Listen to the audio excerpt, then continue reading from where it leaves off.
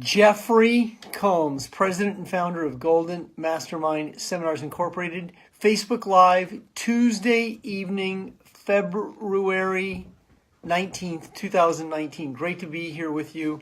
Facebook Live as I am wrapping up a very productive day in the GMS office. I'm sitting at my desk where I have sat here for many years producing results. And I have a topic tonight for you called Repressed Anger, letting go of repressed anger. Are we live? And if you're coming on here, looking forward to sharing some great content with you here tonight. So what I have for you tonight is, what is repressed anger? Well, there's two different types of anger. There's repressed and suppressed.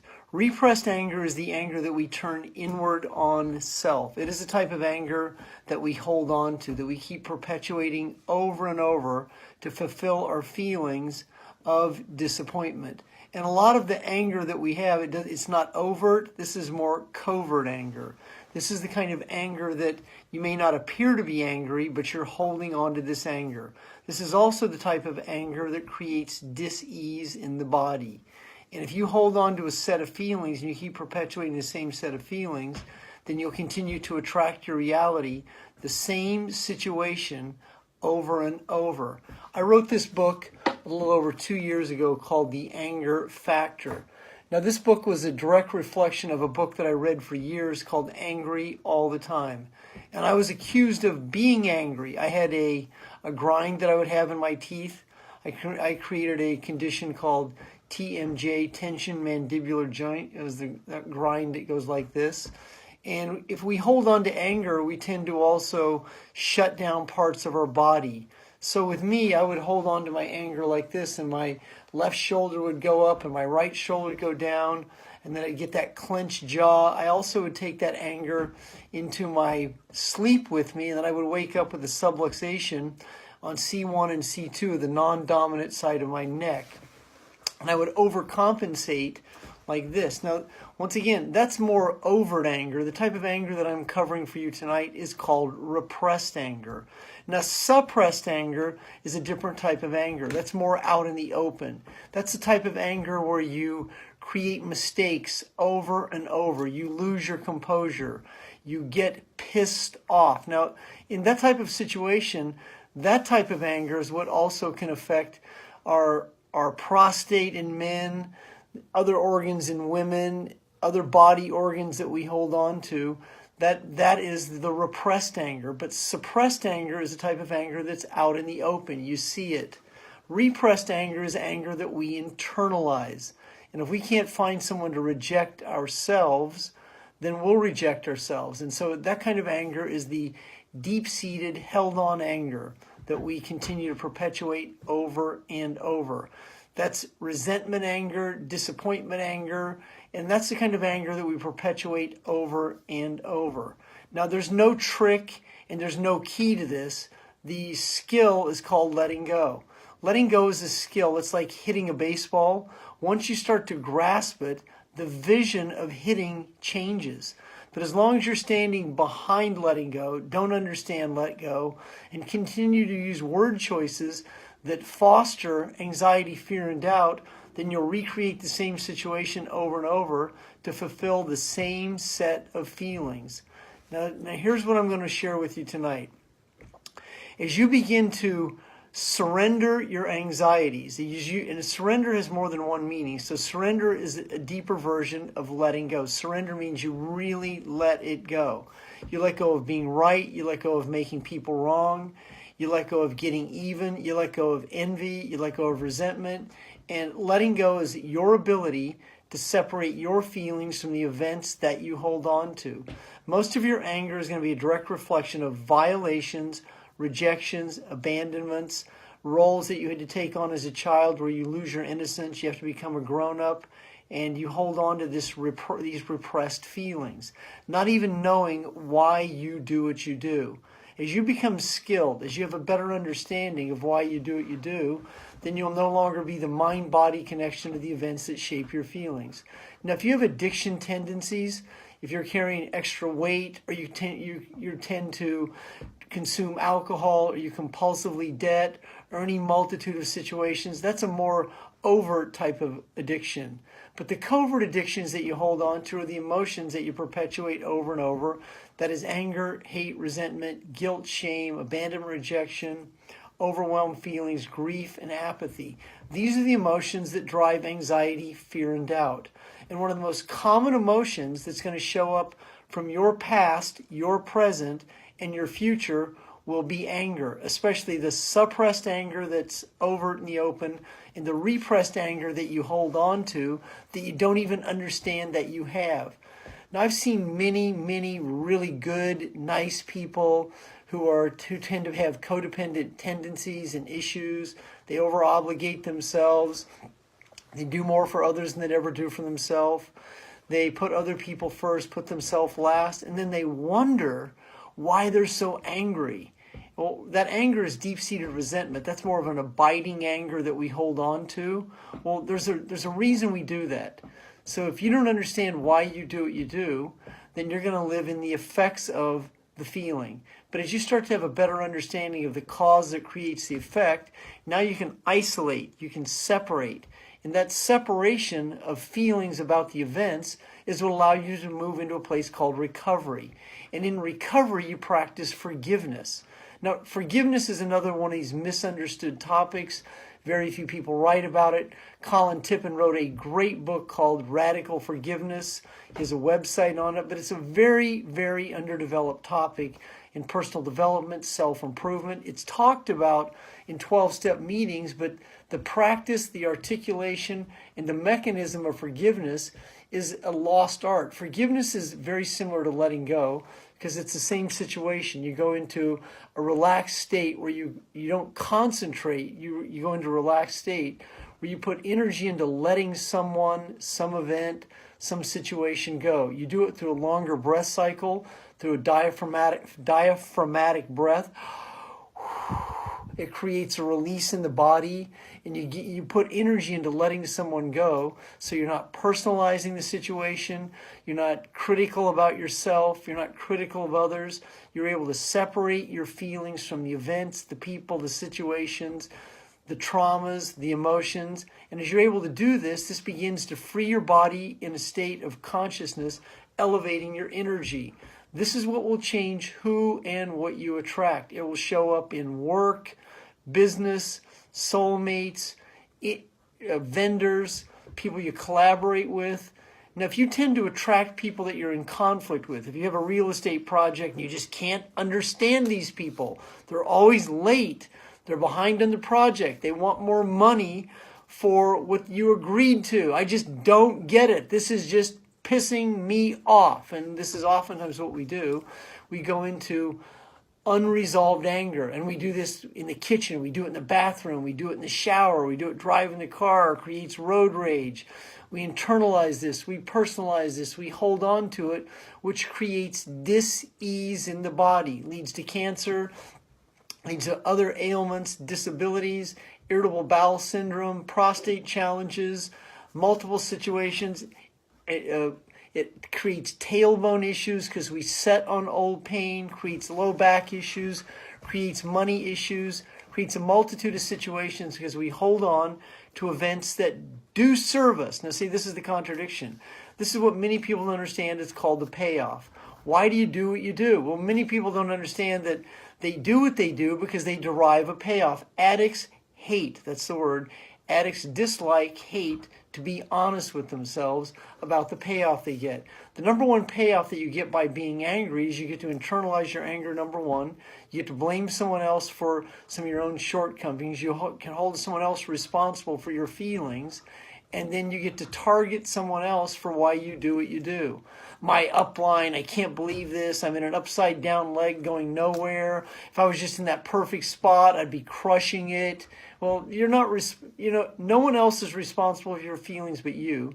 And as you become rigorously honest about why you do what you do, now you're moving into consciousness, separating yourself from anxiety, fear, and doubt. And as you start to move into this state of recovery, you're no longer the mind-body connection to the events that shape your feelings. So when I encounter someone that reminds me of someone in my past, I'm in the present of it. I don't want to be in conflict. I don't want to be right. I want to be able to get along and move along. And so I've taught myself how to separate my feelings from events relatively quickly, so I'm in production, solutions, results, prosperity, and peace, not conflict, not chaos, not drama, not making someone wrong, and most importantly, not being right. Now, as you start to move into that state of awareness, who and what you attract changes. If you have a conflict consciousness, now what that means is you attract a lot of conflict to create a neurochemical high where your anger spikes. It goes way up here, and then you feel justified after this conflict or this fight. You show that asshole. Well, unfortunately, that happens a lot. A lot of people get so angry that they find ways to create conflict to justify their feelings. Now, once you're aware of this, once you start to understand this more, this is covered in this book, The Anger Factor, in my newest book, The Breakthrough Factor, which is really a book of letting go. As you start to understand that letting go is a skill, it's a science, it's a reflex, and as you become skilled at letting go, you'll let go in many, many areas, minutely, daily, and then it becomes the mechanism. There's a skill to it. There's a longer breath cycle. Your word choices change. You practice forgiveness. You let go of repressed angers. You no longer hold other people responsible for your feelings, and you begin the surrender process of letting go.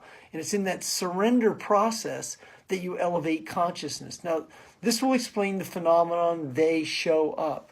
They show up means your soulmate shows up, your teammate shows up, the vendor, the contractor, the best friend shows up, the clergyman shows up, the money shows up. These aren't miracles. This can be explained in science.